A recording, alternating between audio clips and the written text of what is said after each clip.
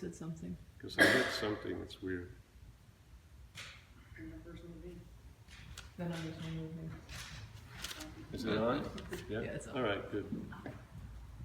All right, so just bear with me. I'm going to read it. So here, he starts with this. And if you have any questions first, have you ever heard about Zen Lab? You just came in tonight? Me? Yes. I recently came across it on your website. Oh, all right. All right. Okay, so just take a listen to it. It's pretty interesting, this one.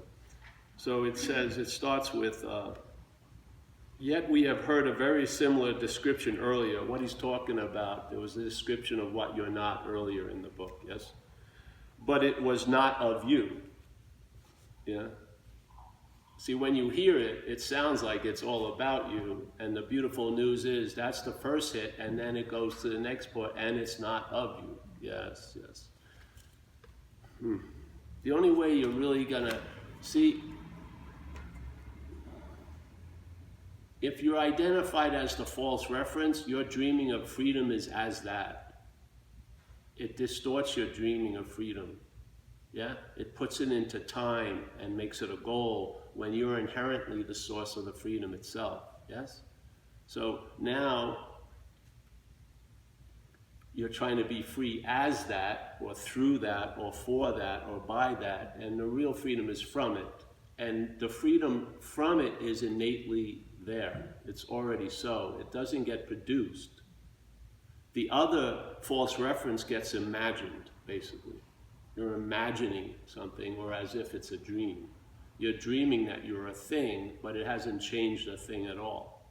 Yeah, you're still no thing, or spirit, let's say. Yeah. All right, so he goes off on it here. So it says, but still the strange idea, which it does accurately describe, you think is you, and that's the only way it happens. You think it's you. You think the false reference is you. You think you're a body. You think you're a thinker. You think you're the feeler. You think you're the doer. You're thinking you're the done to. Yeah? It all comes after the thought. What's before the thought is what we are. What comes after the thought is what we're not. The thought sort of makes it seem to be so.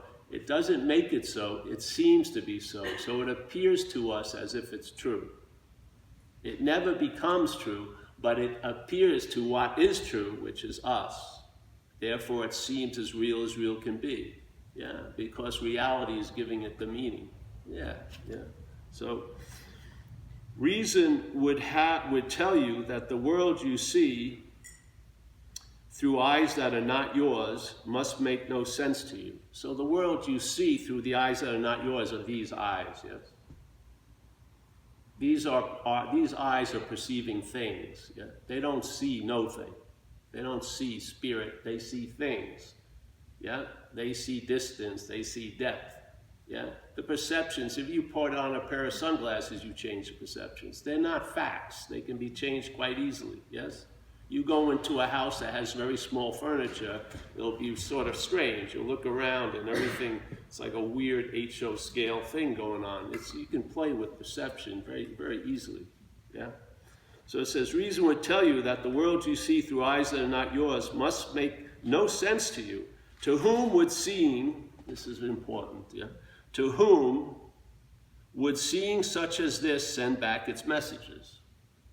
So, the seeing from these eyes send back its messages to the false reference.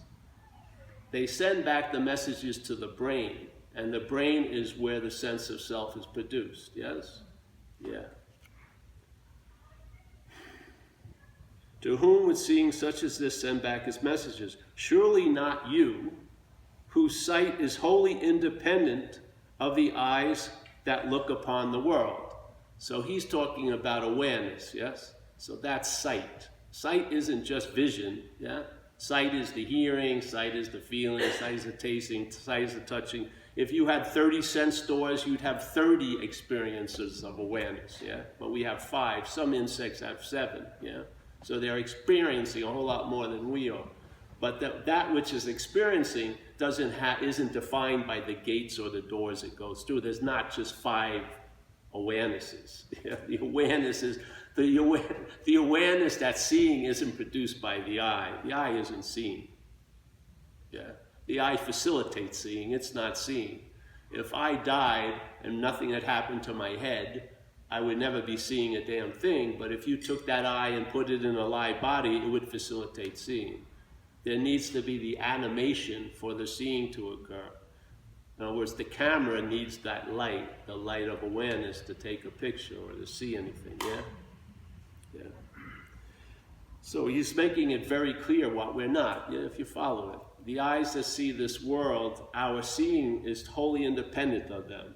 So your seeing is not based on what's looking, it's based on awareness. It's our innate nature, yes? Yeah.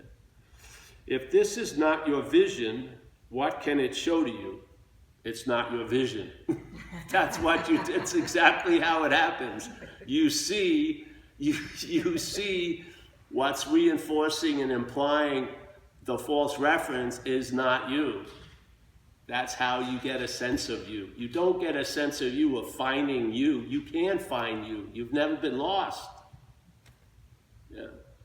You can't apply the looking you apply to looking for a coffee or a date or a pair of pants or a new album. You can find all those things, but they're not you. But you cannot find you because you are what's looking.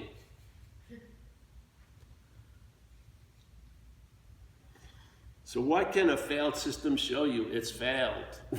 So what? Maybe there'll be a possibility of being moved to another modality of mind, not based on self-centeredness. I don't know. There's possibilities. So that you're not directed by thought, you're prior to thought, and then the thoughts come after, and it's a clear delineation. You see the thoughts. You're not looking from their effects. You see them. Yeah. It's like the horse is front of the cart.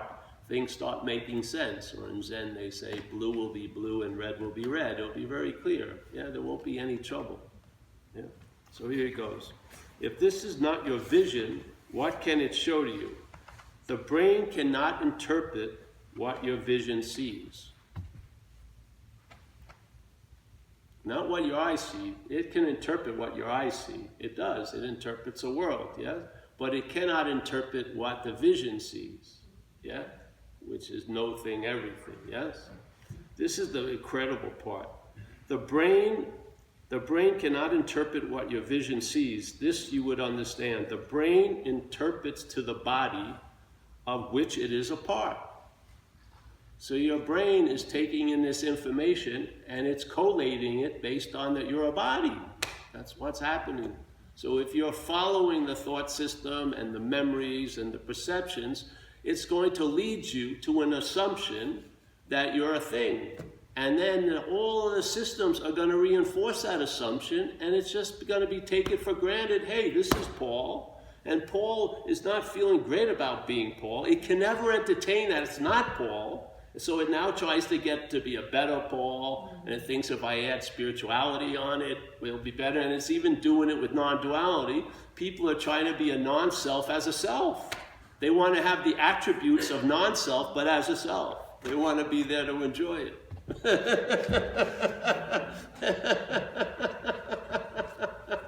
How has it worked? 800 meetings later.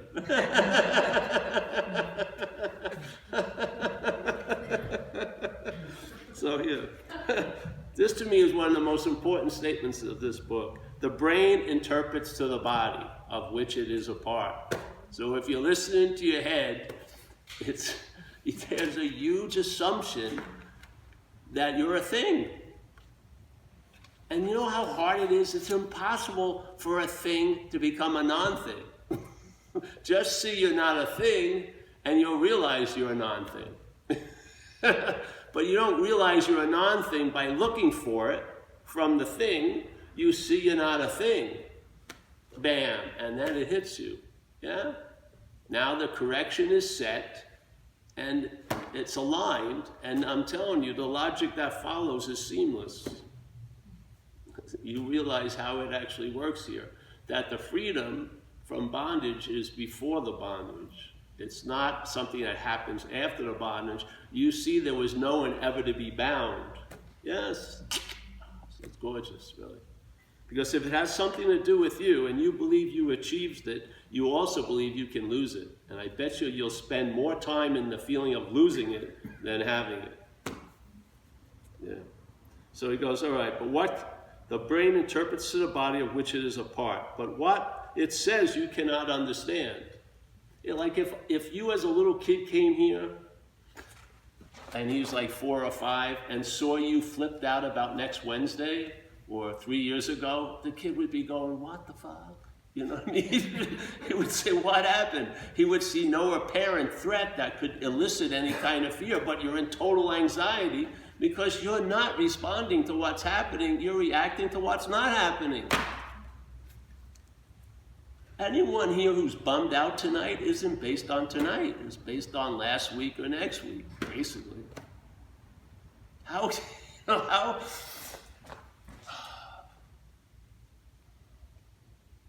I wanted to be a psychiatrist, and my specialty was what's not happening.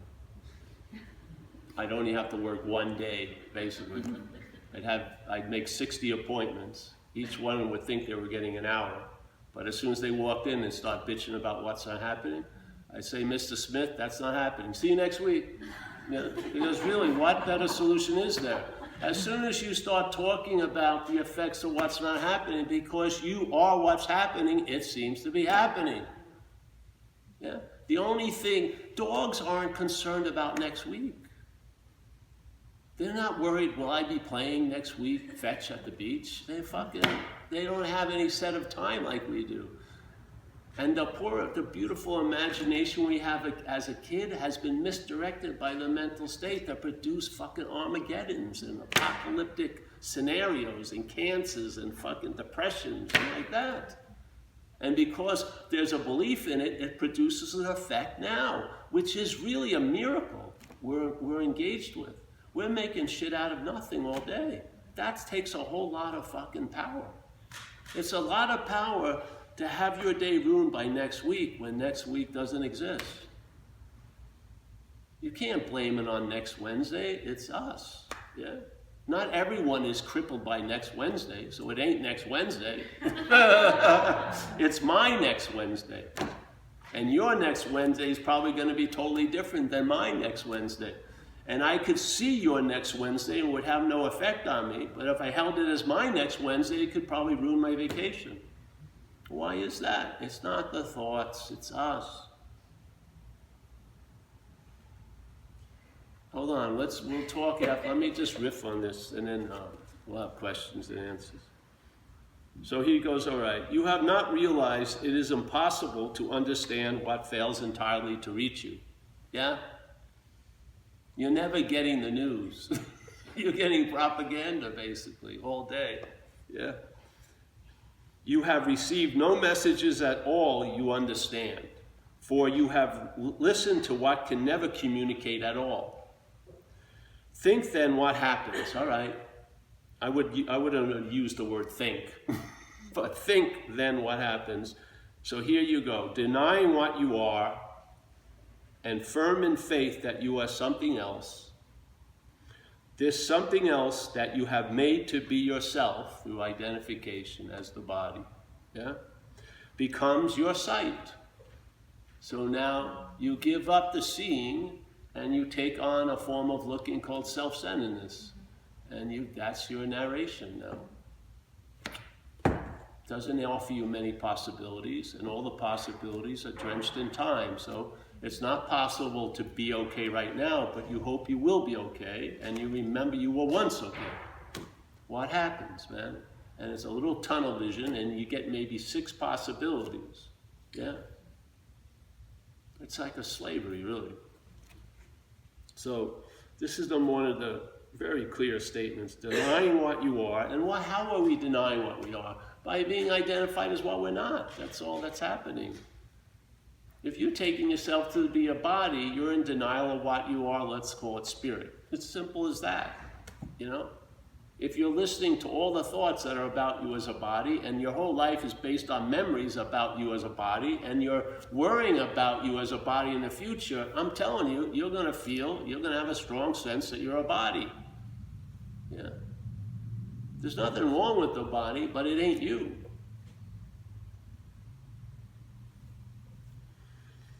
Denying what you are and firm in faith, this is the power. People, I see faith as a force of mind.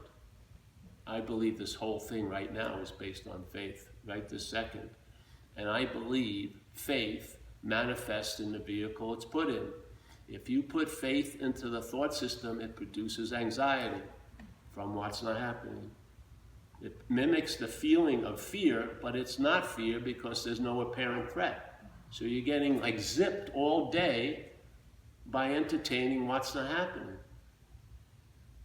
And anything can happen in what's not happening. You can be totally destitute, and it's not even the destitution you're afraid of what it means to you. That's where it gets you.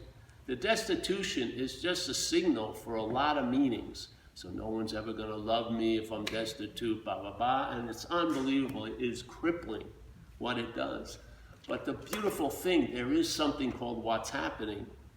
It doesn't have all the qualities what's not happening has, but it has one quality what's not happening doesn't have, and that is it is happening. You may not like it, but the fact is this is happening. Yeah, you're seeing, hearing, feeling, tasting, touching right now. Why not you let that be the touchstone? Yeah, why not that be the starting point instead of imaginary fucking situations in the past and future? So it goes, deny what you are, firm in faith that you are something else. That's the only way you can seem to be something else, is firm in faith. There's got to be a deep belief in it. And the belief is strengthened and reinforced by the believing in the thoughts, that they imply that you're the thinker, that the feelings imply that you're the feeler, that the doing and the action implies that you're the actor. That's the bondage of self. It's an activity. If you don't see it, you're looking from it, basically. You'll be at its effects. So, the something else that you have made to be yourself becomes your sight. That's called self-centeredness. And what's self-centeredness? It's a whole system of thought and perception and memory that's totally centered on being a self. So you don't look at, it's not like you're living life and life is happening. Now life is seen as happening to you. That's the whole freaking story. And then you have opinions, that shouldn't be happening to me, and why is that happening to them, and on, and then there's tons of fucking minutia, and you live under this mental snowstorm all day, and you're basically shoving yourself out of shit that's not actually happening. You're not even available to now. You're hostage by there and then. It's insane. And then you believe the insane idea that you can be out of a moment, and then you work hard to get into the moment. And the fact is, it's impossible for you to be out of any moment. You've never been out of any moment that you've been in, ever. Your head says you can. Your head says you're in next week or that. But you know, if you looked at surveillance tapes, your body's there. Yeah. Yet it must be this, so he goes here. This something else that you have made to be yourself becomes your sight. Yet it must be the something else that sees and as not you. I don't see how it can be clearer than this, really. It's the most clear, one of the best presentations of what you're not. And hopefully you'll hear it as what you are. If you hear it as what you are, and don't allow the claiming of it by what you're not, you will see what you're not. And in that seeing, you'll have a sense of what you are, which is the being that's never wasing or willing. It's on, completely, incessantly on. All right, so it must be the something else that sees, and as not you, explains its sight to you, ad nauseum. Ad nauseum. Every day. Your vision would, of course, render this quite unnecessary. If you saw, if there was the seeing as before, you would see what comes after. But what happens, that which comes after implies it's before. So now, this is what happens. You know, you can find out yourself. I hope you do, really. because I'm just sharing the report of seeing things, yeah? I didn't particularly want to see things, but that's what's happened, so. I had this question in LA last time, about a year or so ago, and I thought it captured the perfect thing. So the guy was talking to me, and he says, all right, so Paul, and I use this word selfing, yes, to describe the act of being identified as a self, yeah, the thought system, all this. And so but he was calling it Pauling. So Paul, how much of the day are you Pauling? You know, is it like 50%? Is it 75%? And I said, no, you missed the whole thing. There's Pauling, and the Pauling, if believed, produces the sense of Paul. And it was a perfect example, because the Pauling, in his definition, yeah, produced the sense of Paul, and then the Paul's presupposed, and then he says Paul is Pauling. But the Pauling produces the sense of Paul. The Paul is not selfing. The selfing produces a sense of self. You see? So that which comes after the selfing, let's use the word Pauling, that which comes after is a feeling that's available. If you buy the Pauling, you produce the sense of being Paul, and suddenly the Paul is seen to be before the Pauling, and now the people call me up and say, I've been Pauling all day. And I said, that's not the selfing. The selfing is the feeling of being the one who's doing it. Or selfing's driving me crazy. I said, that's not the selfing. The selfing is the one that's being driven crazy. The feeling of being the one who has an ego and loses an ego. It's not ego, it's that sense of self. It's a feeling of being the doer, the haver, the owner, the thinker, the feeler. That is produced after the feeling, the thinking, and the actions are claimed by the mental state. The mental state uses the actions to imply the actor. The actor doesn't claim the actions. The actions are used to imply the actor. If you see it, there's freedom there, because you're before the process of the claiming of the actions. You're the seeing, you are the consciousness. It's not even that, you're past consciousness. You're the awareness of the consciousness, and it's prior to the activity of the claiming. It's prior to the acting. And it's way prior to the production of the sense of being the actor. But the actor suddenly becomes the one who's conscious. You believe you're seeing as a body right now. It's an assumption you're living in. You believe you're seeing, that the seeing that's happening, you have something to do with it. It's a mistake. Seeing has no volition. You're not choosing to freaking see. If your head is pointed a certain way and your eyes are open, you're seeing what's ever there. And are you sweating from seeing all day? Are you exhausted? I've been hearing so much. No, because it's being what it is. It's being conscious, so there's no thought or effort on its part. It's just being what it is. So it hears everything, it sees everything, well, based on the spectrum this allows, but it sees, hears, feels, tastes, and touch. And it's not sweating and this is exhausting. It's just, you've seen as much as in your worst day as your best day. You saw the worst thing that ever happened, and you've seen the best thing that ever happened. It comes before all of our narration, yet we sit here as the afterthought. We see it here as the product of the selfing. And that's why none of these talks are about you. I waste no more time talking to you about what you are. I talk to what you are about you. That's all that's happening here. I don't care. I'm not seeing you whatsoever. I am talking to that which I know is us. Because if that hears it's not you, it goes somewhere. If you hear it's not you, you try to become a not you as the not you. It doesn't go freaking anywhere. You could sit in this place and we could chant, I'm not a body, for 4 days, and the only thing that would chant, I'm not a body, is a body. The only thing that wants to get out of the body condition is a body.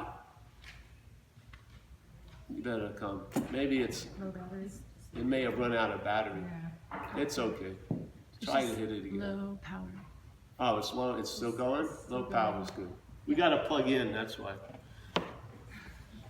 We're running. It doesn't matter. Yeah, don't worry about it. It's fine. It's fine. Yeah, when it dies, it'll die. I like it when it's never hurt anyone. You see, though, it's such a clear, I can't say it any clearer, really. Maybe I can. I try my best. Because it's a little magic trick. That which comes after implies it's before. You hear a narration of you, you buy it, and then the you is presupposed to be before the narration. That's what it does all day. Yeah. We get misplaced, and then we see life from a self-centered position, and we take things to be the reality, and yet we want freedom from the things. We want to be free as a thing instead of from a thing. Yeah? And you can't be free as a thing.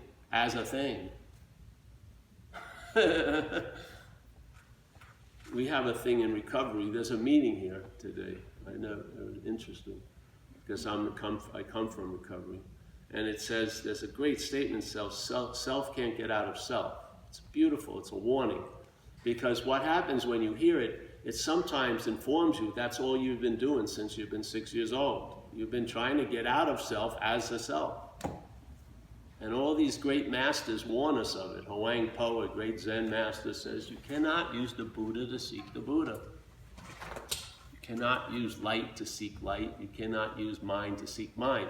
Now, if it was Steve, if you were truly Steve, then maybe Steve could use the Buddha to look for the Buddha, but the Buddha can't be using the Buddha to look for the Buddha.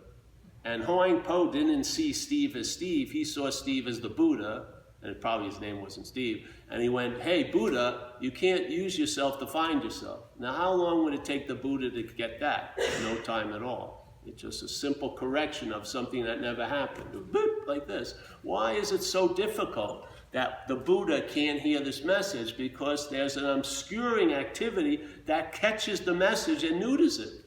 So here's the message, you're a lion. And maybe it resonates for you, but here's what happens. Here comes the message. You're a lion, I really like that. And then it hits the sheep formatted ears of the lion, and it gets translated into, I can become like a lion. That's not the message. So the important thing is to see what's hearing the message and realize it's not you, and then there'll be finally a clear hearing of the message. Yes? And it will hit you just as directly as it would hit the Buddha. You can't use light to seek light. And if it explains that that's all you've been doing, then wear that shoe, it fits, see what happens. And for me, there's no value in awareness as awareness. There's value here where awareness can seem to be forgotten. So you become awake to being awake, which we all are. Every one of us is awake. But now you're awake to that fact. You can be asleep to the fact, it doesn't change the fact. Suddenly you're awake to that fact, and then the greatest beneficiary is the action figure. It travels lighter, because you don't take yourself so seriously anymore. Yeah? You don't see thoughts as yours, so you don't have as much interest in them. You don't see feelings as your feelings, so they're forgotten quite easily. Yeah? You don't see, the actions are probably the stickiest one, because that is the most defining body identification. We really believe that we're the doer of the actions that come through, but you can do a simple test and see that you're not. That the brain decides to turn left, and then 7 seconds later, your voice goes, I turned left. The brain decided way before you thought you decided. Yeah? So you're like a Johnny-come-lately that's implying it has a lot to do with shit it has nothing to do with it. So that's really the freedom from the bondage of self. It's an activity, and you're actually in cahoots with it. See, the mental process cannot produce the sense of self. We do by listening and having faith in the mental processes. We're the one. We're the juice. Yeah? It's the faith that I have in the thought system that allows that constant assumption, insinuation to produce a sense of the body. That's what it is. So you see that you're the dreaming of this dreaming. Yeah. Doesn't mean a dream changed. Your life may not even get better, but you really lose a lot of interest in it. You lose a lot of interest in if your life's better or you're happy. You lose interest in the need to be liberated because you know what you're not is what needs to be liberated. You lose complete interest in it. You end up having zero percent of spiritual fat on your bones, could give a shit about what people call spirituality. You've seen its ridiculousness. Yeah? You have absolutely no bone in your body that's spiritual anymore. You just, people ask you how you do and you don't even know. It doesn't really matter. You don't. You can't even spend much time going over it. You feel the body sensations and you see the thought system producing like a little, it's like being at the police station and the guy's doing a composite drawing of the thief you're detailing, It's just, you believe it a little bit, but it doesn't really fit anymore. Yeah. So, and you just don't really care that much about a lot of stuff. And it produces a stabilized sense of contentment and satisfaction. And I really believe most spiritual seeking is misdirected. You just want to feel better as a body. If you felt content and satisfied, and look at how much damage the word enlightenment does in these type of groups. You would have been better if you never heard it. And awakening has driven people crazy, especially the ones who thought they were awake and they did something to lose it. They're really in a hell of their own manufacture. Really, it's scary. So you lose interest in all that, Really, I don't know how better to put it. And it's really in the loss of interest. It's like that dispersed interest is the space or the presence, Because most of our interest and attention has been directed by the self-centeredness. It's directed interest and thought. It's sort of like a fishing pole in the ocean, but with a hook on it. The attention and interest is sent out to get something, either like a reflection of us or a sense of being better or this and that. When the interest and attention is freed, it's just around. You got enough to make it through a day. You'll never have enough to make it through what's not happening every day. Your intention will be dispersed and fucking lost in all these fucking insane pursuits. But when it's called off the hunt, it just rests in a sense. And that's the presence, really. It's your own essence in vibration or in activity or a manifestation. That's what you're sensing. And then there's that which you were once looking for is always available at all times, right where you are. It really changes a lot. And it's almost like bleeds from the inside out. You don't put any pick colors on the painting, you just watch the painting, appear. It's like a good way to say it is, let's say there was this huge camera that was unbelievable, perfect HD, giant lenses, did everything, capture, panoramics, everything. And it's just walking around in the camera world. And it sees it had legs, let's say a tripod leg. Sees a little brownie. Remember the brownies? They were like $20 things. They had plastic lens. Yep. You couldn't really see through. It was just like hope, you just point something, hope you capture it. You couldn't see. It was like a Coke bottle, like $20. So let's say this incredible camera stops and looks through the brownie camera. And in the looking through the brownie camera, it becomes identified as the brownie camera. So suddenly, as soon as the seeing of the large camera goes through the brownie camera, it forgets that it's the large camera. And now it's seeing life from the brownie camera.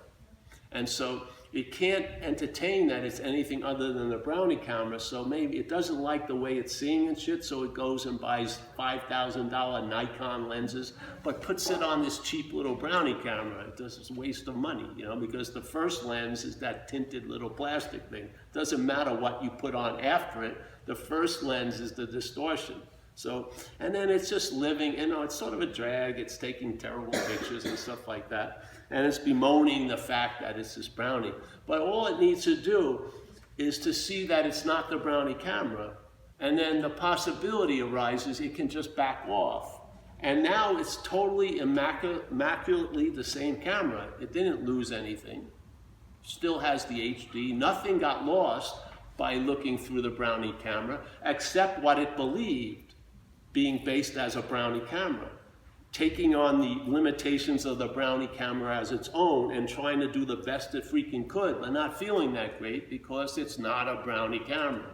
So suddenly, as soon as and it's not like a big ripping when it pulls apart, because it just whoop, and then suddenly it sees the brownie camera instead of looking through the brownie camera. That's really what happens. Your aperture opens up and what you call you gets seen.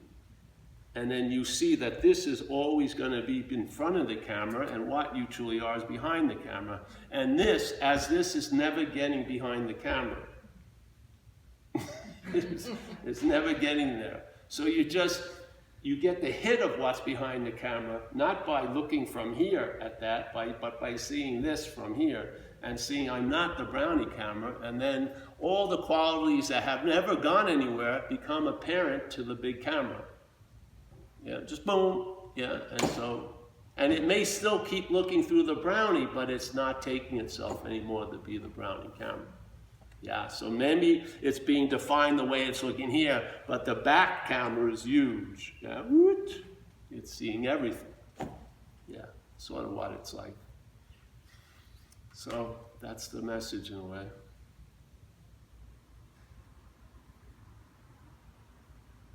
I believe humbly, this is why I've never changed in years now. If this isn't seen, you'll be looking from its effects. And I've seen it destroy spiritual lives.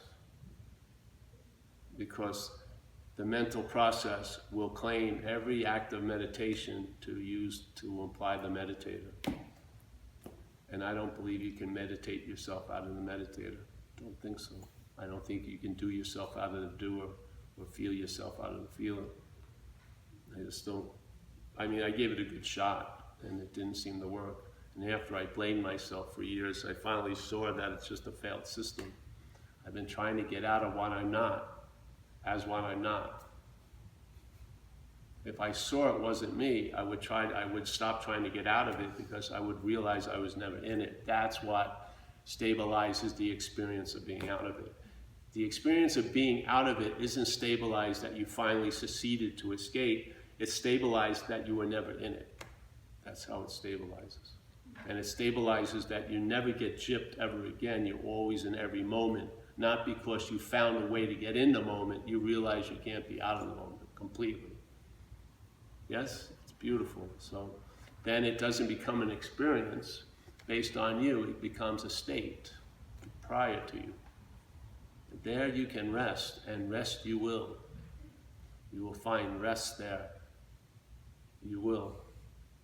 There won't be a clarion call to get up in an hour, or a year, or a month. It will always be available. And so it tells us the truth about itself. You know? Yeah. I'm stoked by it, man. I hope you guys can entertain and save yourself a lot of time. Because inevitably, you're going to end up here anyway. Yeah? After all the somethings you're going to try, they're all going to add up to nothing. Why not start at nothing? Yeah? That's the gift that keeps on giving. So really, what you are is inherently available now. Yeah? And you know, it's okay not to be a spiritual seeker. It truly is. You don't have to get better. You've been playing God. Like we say in AA, it says, you know, AA has a step called the third step, which is the main primary principle, which is to turn one's will and life over to the care of power greater than self. Yes, it's quite apt. But before that concept is presented, it says, first, you got to quit playing God. Now that one isn't spoken that much in AA. But to me, that's the whole emphasis. Because AA is 12 steps, which means there's a process. And first in processes usually they're more important than next. So the first, it says, quit playing God. And then next, in this drama, God's going to be the father, we're going to be the children. So first is more important in a sense than next. So the first is quit playing God. So all right, so let's say that head, which I believe is playing God, here's, hey, quit playing God. So now that which is playing God tries to quit playing God. Isn't that playing God? Ad infinitum. How can it get out once it's in? Every time it tries to quit playing God, that's playing God. How is it going to get out of quit playing God? Yeah, try it. See, you're never going to get out once you're in, ever. You're not leaving this place as what you're appearing to be. You're not transcending as a body from this place. It's not happening. The only place there's a body is in this dreaming.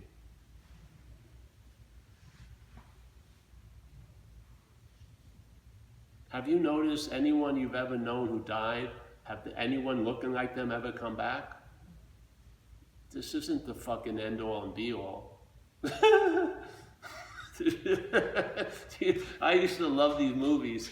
There was one with Nicolas Cage where he's a celestial being, he's an angel, but he decides to give up his eternal bliss and his wings to have a date with Meg Ryan. Which I said, what the fuck? What eternal blissful being would fucking give up that to have a date with anybody? Then have a divorce 3 years later? Jesus Christ. I mean, the arrogance that we have in self-centeredness, that we think we're the end-all and be-all. It's unbelievable. We are really an example of misdirected power. The mental state has siphoned off our juice and it's using it. You know, it's using us to lay a narration on us and fucking make us like fucking nuded characters. Yeah.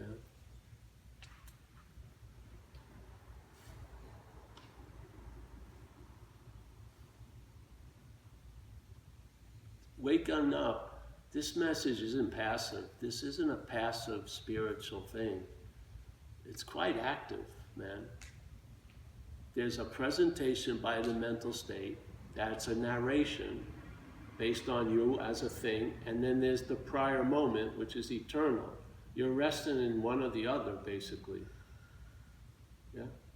If you're obsessed with the one, the narration, it will cause the truth, or what's truly so, not to seem to be so. But when you're resting in what's so, it allows all the other shit to be happening. Nothing's excluded. Everything is in. Yeah? The narration continues, but it may say turn left 1,000 times, and maybe one time it's lucky and you turn left. You're not directed by thought anymore. You're directed by something prior to thought. And then you become useful to yourself and others with absolutely no effort or thought. Yeah, yeah, that's cool. All right, any questions? Did you wake up all at once, or was it a process? There's no waking up, unless right now. I don't believe there's anyone to wake up. I don't. And if something that's always happening, how could there be an happening of it? Yeah? You may wake up to what you're not, and then the wakeness is obvious. Yeah? You may have a download where it tells you it's always been this way. So it negates every fucking story you've ever had. It tells you nothing has ever not been this. I mean, pretty direct message. Now, does it catch hold here? It's not for the action figure. The action figure has its destiny. Yeah? People want a get out of jail free card. They want to be a non-self as a self. I don't see it that way. Frustration arises, anger arises. It doesn't seem to have much oomph or much longevity, but it arises. You know, if the body's here, you feel like you have free will, you're going to choose a mocha or a soy latte instead of a 2% milk latte. You know, all day you're going to feel like all those things. It's going to keep on going. But there'll be less interest in what it's being used for, which is to imply a you. Yeah? And it does imply a you. What happens when we believe it, the A drops off, and now it's you, and then there's suddenly a coronation of that you, and you're crowned me. And then you're really up your fucking ass or so. Because now no one can understand you. No one feels like you. No one thinks like you. You're the only me there is. It's all made up. It's completely manufactured. It wasn't happening when you were a kid. Time wasn't seemingly happening. When you were playing when you were a kid, were you worrying, will you be playing next week? You didn't have next week yet in your head. My mother may have been super huge and ugly. I loved her no matter. There was no judging in appearances. I wasn't walking around my house, I think my room's too small, I should have Gap clothing or so. None of that was going on. I wasn't taking my mother into my room. Mom, how was my playing today with Wayne? I thought Wayne was having more fun than me. Should I take playing lessons? I think I need to up my game. No, and you weren't trying to get into the moment. You hadn't entertained the insane idea you could be out of the moment. And you have entertained the insane idea you can be out of the moment. You believe you can be out of the moment. You believe it. Yes, that's the dilemma. You're firm in faith that you can be out of the moment. And therefore you think you do. You are. It's true. Yes? Could you use the word recognition rather than awakening? Since you mentioned meditation, you can't really escape the process of sort of, you know what I mean? Yeah. Just intellectually thinking, okay, I'm watching this thought. Could you use just, it seems like what you're talking is just a recognition. And then it allows you to create that distance. Well, it's not even recognition, because a recognition is like a recognizing. So you're doing it again. It's a cognizing. So it's not anything that you're doing again. It's always, now is the only time. Well, it's always been that way, but Yeah. if you think about awakening as the moment, Yeah. you know what I mean? Yes. Then, Yeah. if that makes sense. Yeah, no. You can call whatever triggers it for you. That's the point. Yeah. What you need to do, in my experience, this is how it really helped me, and it was in recovery. It was my 9th year in recovery. Things had happened already, but in this 9th year, I was leading these workshops on the 4th step, an inventory process that we do in AA, and there was a sentence in there that I had read hundreds of times, more than hundreds of times, but this night it looked different, the word, and it says being convinced, which means you're in a present tense state, yeah? Not I was convinced and I hope I will be, but being convinced of what? That self, manifested in various ways, is what has defeated us. It's a beautiful statement because it's separating two.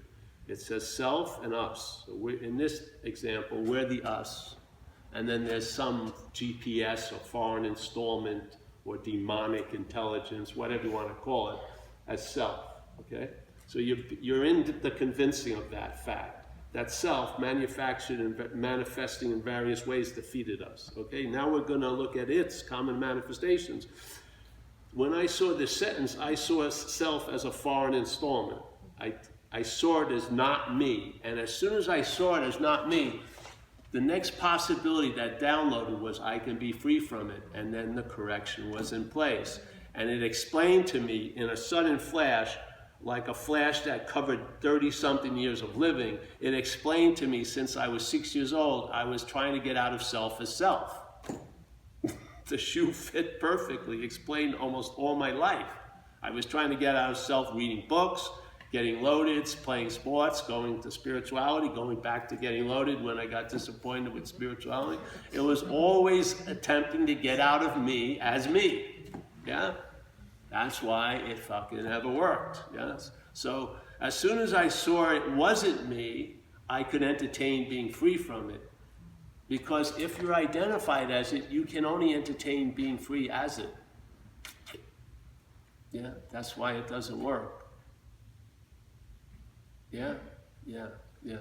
So, my mother's always talking to me about like this concept, because I'm like always reading new books about like, oh, this Joe Dispenza book or this Esther and A book or whatever. I'm trying to like find some relief, you know, and then she hooked me up with the Ramana Maharshi book.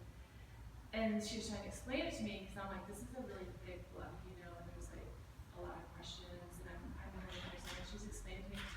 So then she's basically like, you're not in control of what you do. Your personality, your actions, the words that come out of your mouth is like this action figure, is how she's explaining to me. So it seems like, you know, like it kind of rings true on this one level where I'm like, okay, you know, that is hitting a button for me.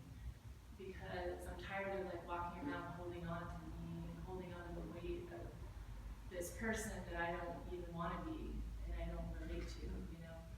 So on one level it feels like a relief or like a burden to recognize this feeling or disconnection or I don't know how to say it, and on one hand, you're like all of a sudden in this desert where you're like, well, now I don't have any more aspirations, or I don't have any more false hopes or dreams anymore, because I'm just sort of like I'm emerging and I'm just being, right? So a friend of mine, for a week, we're like, okay, let's wake up in the morning and not do anything.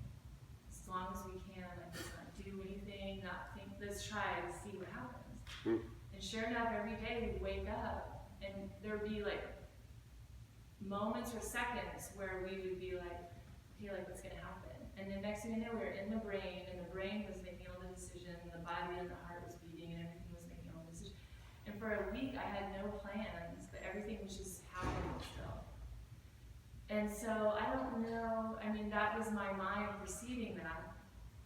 But I'm trying to figure out, well, what's the portal to the recognition, or how, like when you're walking throughout your day, being the mind, perceiving the mind and the body, and all the organs are all thinking and breathing by themselves and doing everything by themselves, what is your portal, or what is your, or is it presence? Is it just being very present? Yeah. Is that Yes. like your, yeah. Yeah. Yeah. Yeah. Sorry, oh my God. I don't know what this would be. Can I say something? Yeah. Like, so I was in this yoga class once, and the yoga instructor said, to have a thought is redundant, your body already feels it. And like, for some reason, it was this epiphany to me, and I could kind of see how time didn't exist. And this idea, and the way I delineated it was, it's like our brain is this organ that's trying to make things linear. Like, we need to do this, we need to do that, and organizing, judging, always like protecting us biologically.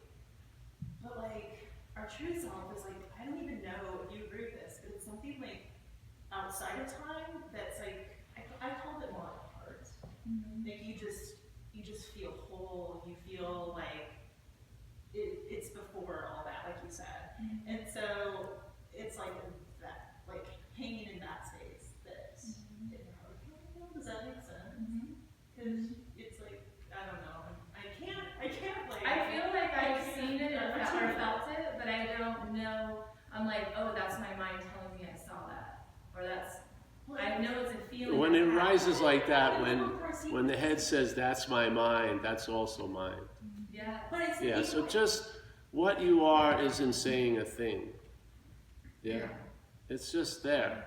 It's so there, it's not noticeable. Because we notice things that come and go, or in or out, or close or far. There's none of that in there. You can't get close or far from everywhere. Yeah? So,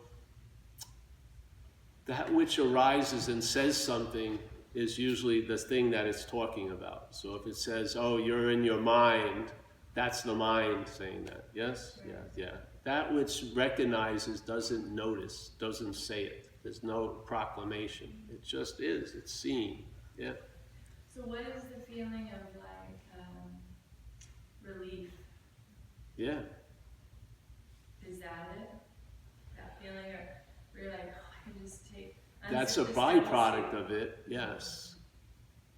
What would happen if you were tensed up and then there was a letting go? That would be relief. The relief wasn't the source of it, that's a byproduct of that which you are, yeah? By seeing what you're not, this thing is coiled up, first of all, the body. It's bound in time, yeah? You and I are dysfunctional processes, basically, and we're confronted with a lot of variables, and they get stretched out throughout a whole day. So a lot's coming that we don't process well. We produce a lot of pollution and a lot of storage, yeah?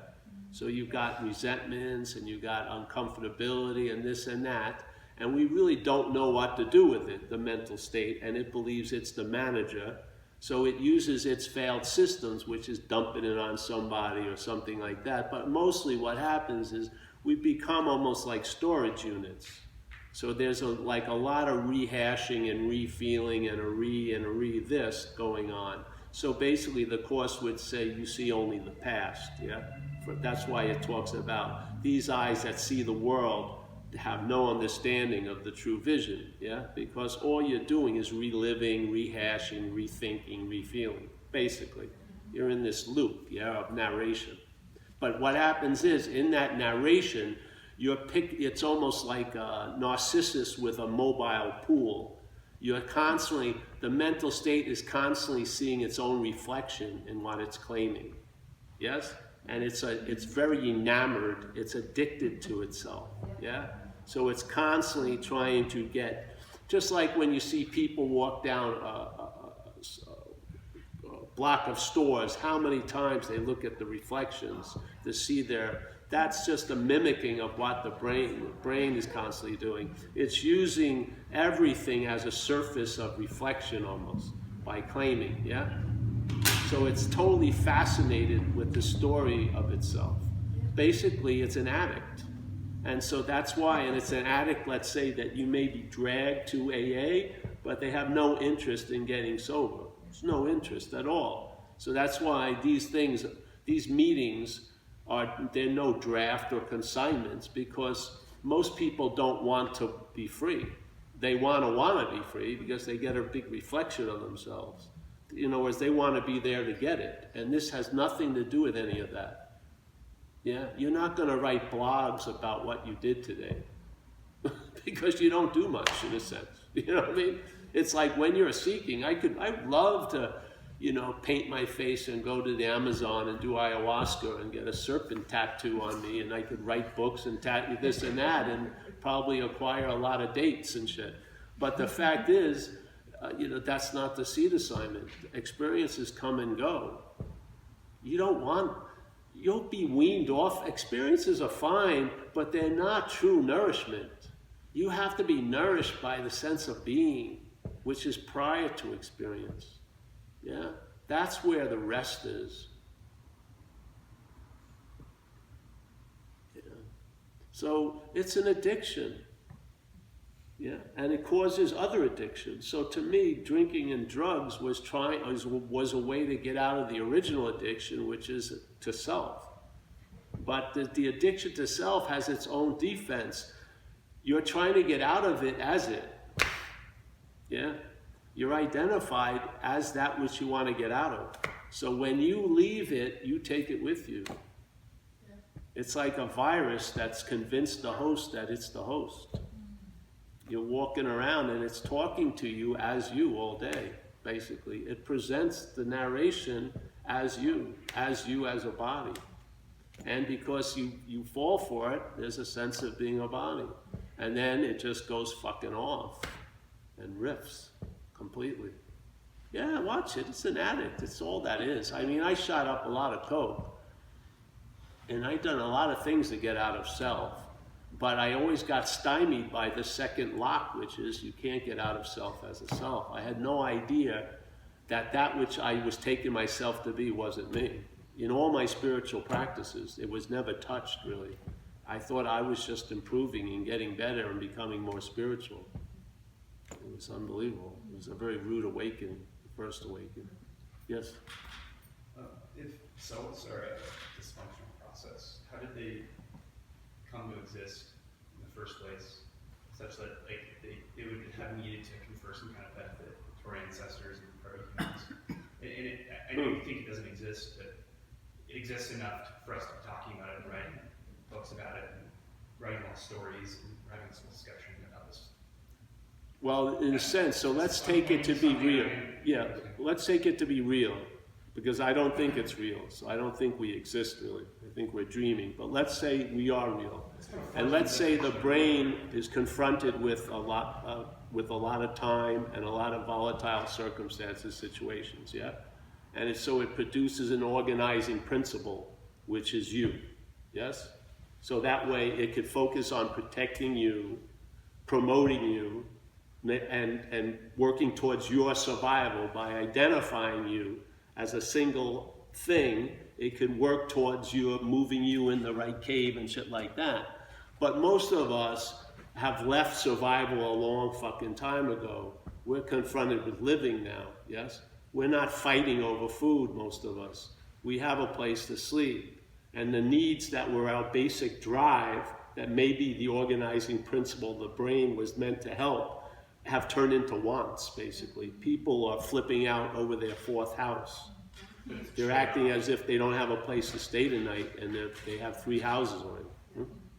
But So- is it a trade-off? Like it's a really good trade. It's not just like you're making some kind of trade for something that potentially can confer benefit for something that's much more beneficial, as opposed to it's just this thing that's already happened, right? I mean, there's something. Oh, you mean this with this It's message? hard to even talk about it without talking about actions and actors, right? Yeah. I don't know how to even communicate it without actions. Yes, and yeah, actors. yeah. But this thing exists in the first place, and we're talking about it, and I mean, that's why we're here in a lot of ways.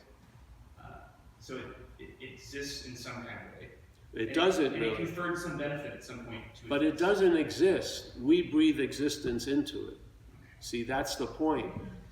The sense of self is an add-on. Just like the feelings are there, but the idea that they're your feelings is an add-on. Thoughts are there, but the idea that they're your thoughts is an add-on. Yeah? You didn't have them when you were a baby, and then when the mental development occurred, you started to have a sense of my, yes, and ownership started to arise, yeah? So it is not something that was, even in the dream state of being a body, let's take that to be real, it wasn't even in the earliest developments of the body. It came later, yeah? It came later, and in a sense, in this case, the servant has become the master. In There's a a lot way. of new things that I can do that I couldn't do when I was a little child. You know what I mean? Like I can plan, I can do a bunch of. I assume there are some benefits. that Oh are- yeah, here there's since some being benefits. five, I'm like, yeah, it was like probably a terrible event when I started selfing, but like I think there's some benefit, right? There's some, even if there's a bigger benefit to not. Yeah. Right. Well, you There's can a see it feeling that there's way, some- for sure. There's some kind of benefit. Yeah, you can see it because it's a dualistic event here. So everything has good and bad to it, or let's say contracting and expanding. Yeah? But the thing is, sometimes it's best to see that the role of certain things have reached their expiration date. They need to be revised and reconfigured. Maybe the oarsman should go in the back of the boat, not be the fucking captain. You know, because most people are acting like they're in survival mode when they're actually in the possibility of living, yes? What about both are true? Yeah, and both in a sense, yes. I just think there needs to be a little bit of a reproportioning, yes? Of course you're going to have a sense of self, because when you're called to dinner, someone goes, Paul, you recognize it. You're not walking around, you know, like fucking, you know what I mean? It's part of the apparatus. It just makes things work here. But it's turned into the center of the universe. It's thinking about itself all fucking day. It's sort of like HAL in 2001. It's taken over the mission, so to speak. Yes? Yeah, so I feel like it's a little bit, and the thing is, you can't get out of it as it. And this is the trick. It's like, just to use an example, a parasite that was very hostile, yes, but needed a host to have a life, and knows that if it lands on the host is immediately going to entertain getting rid of it because of its hostility, would have to produce an incredible strategy to convince the host to allow it to stay on it. And to me, the mental parasitical movement convinces the host that it's the host. And then that parasitical movement feeds off the host, yes, and lives a narration based on its idea instead of you living. The weird thing though is it doesn't seem like it's a parasite. It's like, how did it confer enough benefit to exist in if it was just a parasite? Well, everyone has tons of parasites. They confer a lot inside of you. There's bacteria that you have to have that, if left alone, could kill you. But because they're combined with a lot of other things, they make life go. Yeah? So there isn't, it's not, and I'm talking as if this is real. I don't believe this is real. I believe this is dreaming. I don't think there's anything exists and then stops to exist. I don't believe any of that. I actually believe we're dreaming, yeah? But for the sake of argument, okay, we're real. But there are so many things in the body that if they were isolated would do some incredibly terrible harm on you, but because they're mixed with other things, they keep a balance. And the whole point is a balance, yeah? Let's say the egoic, or not the egoic, because it's not ego, it's the sense that's being produced, is just way over misplaced and overemphasized. And I'm feeling it's causing, there's so much agitation that people are driven through seeking constantly. They're constantly seeking to gather some relief for the wrong fucking mouth. They're feeding the wrong thing.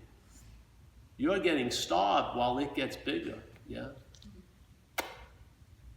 So, yes. I have a question, I guess, about the seeking. So, like, I understand that what you're talking about is behind this, right? Behind the looking and Prior, yes. Yeah. prior. But I guess what's confusing and a little disconcerting. Well, first off, it's exhausting at a certain point when you're doing the back and forth between the looking and the kind of just giving up, you know. And the looking and sometimes finding, like the looking and then sometimes whatever you're doing for whatever reason, there is actually like a breaking through experience. But there's, at least I found, there's like this exhaustion that comes with the seesaw of looking and looking, and sometimes having those experiences or those moments or those, you know, moments outside of time or whatever. But then there's the, you know, you remember and then forget.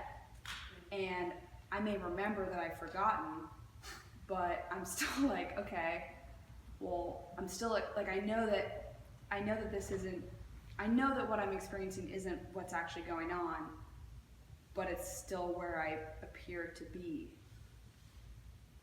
So sometimes you're just feeling like, well, I'm just going to be stuck in that thing forever. Like, You won't be forever. There's more prior to it. it's bigger, right? Yes, my way thing's bigger. not gonna. It's Yes. not bigger than the other. It's much bigger. Yeah. See, this is what, in a sense, this is what happened for me a lot. So here I am, and in spiritual world, having what you say, doing things and having breakthroughs, let's say, all right? So then there would be an awakening of like clarity, right? Or you'd feel that oneness, or you'd be underneath a waterfall somewhere and you'd disappear and you'd be looking at a drop on a leaf and it would behold the whole world, you know, you just go off on these things. So there you go. But it was all safe. The realization was still claimed by the mental state as you having it, yeah? So here you go, realizations. But then this one is different in a sense, because this one goes like this, and it moves this way, and you get to be seen. In other words, the assumption that it was you having the realizations, there's a realization of that as not being so. Yes? Yeah, I feel like even I've had shades of that, like of the behind, and then like, okay, I know it's back there somewhere, you know. But Yeah. Well, if you've had samples of it, there'll be more to come. That's the faith in mind. Yes. okay, Yeah. I know that. Yeah. And you'll see some of the stuff that was causing dis-ease will shorten and will be have less amplitude, so to speak. Yes? You'll start seeing that a new basis is being laid down, which is an ease and comfort instead of an irritability, restlessness, and discontent. Yes? You'll see it. And then there'll become a rest just in that, because you'll realize in a weird way you're in good hands. Yeah? You'll have faith in mind, big mind, not faith in mental processes. Yeah? Faith in mind produces an ease and comfort now. Faith in the mental process produces anxiety. Yes? It's that simple. If you have faith in the thought system, the value lies in yesterday, tomorrow. The thought system happens now, but it's never about now. It's about yesterday, tomorrow. Yeah? So, you know, if you want to know the value of the thought system, it's incredibly instantaneously recognized. It's using now to think about yesterday, tomorrow. How much more do you It's valuable in this dream time, but it's not inherently valuable because it's distracting us from actually what we are by being obsessed with the image of what we're not running around in our imagination. That's all. It has its role, yeah, but its role isn't you. It's ordained itself as you. Yeah. Yes.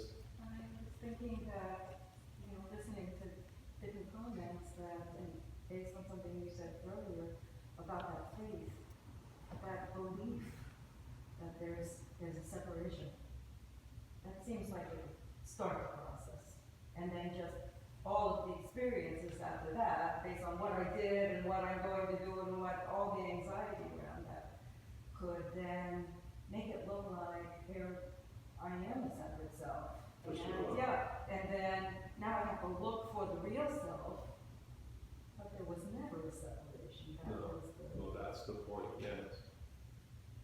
If it resonates with you, the Course is the same thing. The correction that never needed to be made. It's always talking about what has been so, and the whole belief in the Course is that the body appearance is the definition of separation. Yes, so the obsession with us as a thing is a way of denying our wholeness. Yeah? And then there's a huge amount of guilt because we believe we're powerful enough to have separated from the wholeness. And we're not feeling really that happy about it. So we want to dump a lot of guilt on other people, basically. And I saw it when I was young. It was incredible. I had an incredible example of the whole theme of the Course, which was, I was 6 years old. My father got ill, yeah, and very ill. And my mother and our family doctor took me outside to the picnic table and explained to me very clearly that Dad won't be able to play ball with you anymore. He's not going to come to your tryouts, stuff like that. And I listened to it, but no matter what they said, inside I said, what did I do to cause my father not to want to play with me? That's self-centeredness. Yeah. I believed I was the cause of something I had nothing to do with. This is what self-centeredness is based on. Totally. Totally. You believe you have a lot to do with shit you have nothing to do with. Yes.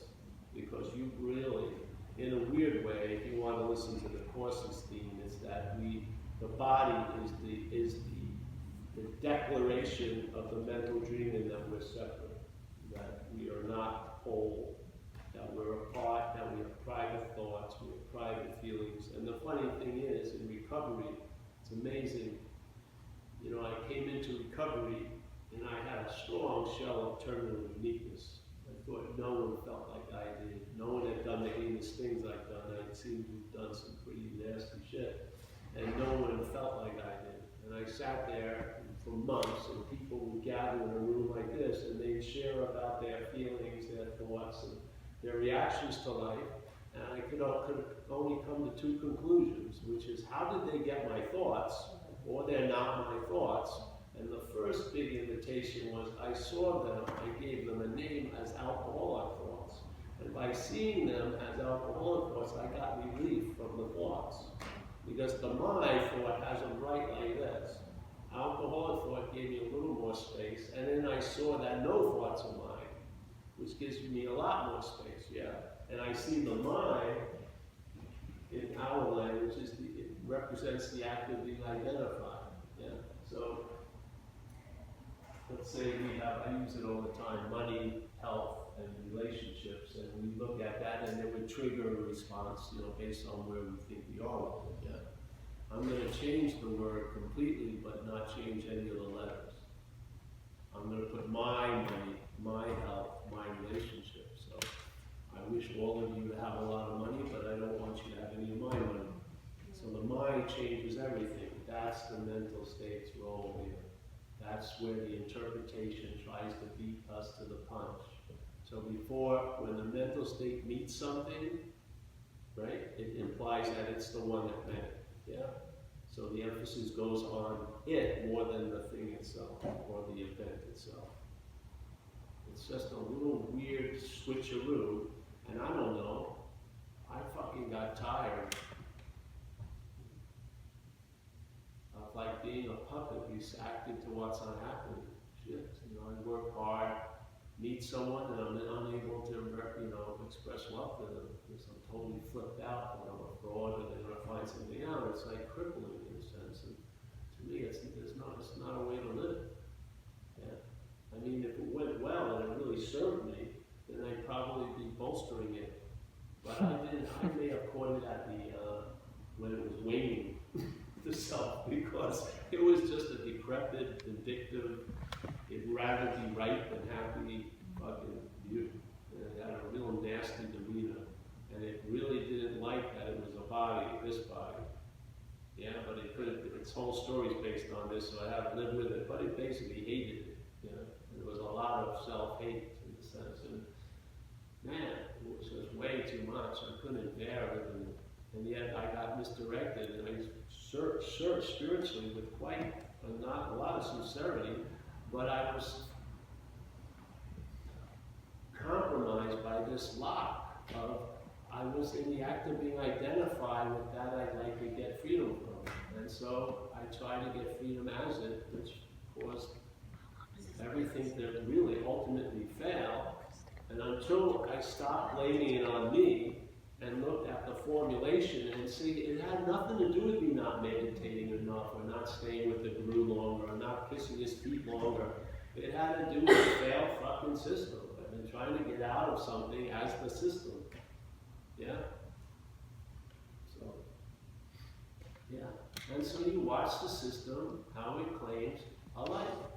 It claims a life by claiming feelings and uses it to imply the feeler. It's very simple. You see it here. Here's the bottle. Everyone sees the water. I'll change its intent. My bottle. Now the bottle is being used to signify there's an owner of it. Yes? So here's thoughts, my thoughts. Each thought is being used to imply that you're the thinker and so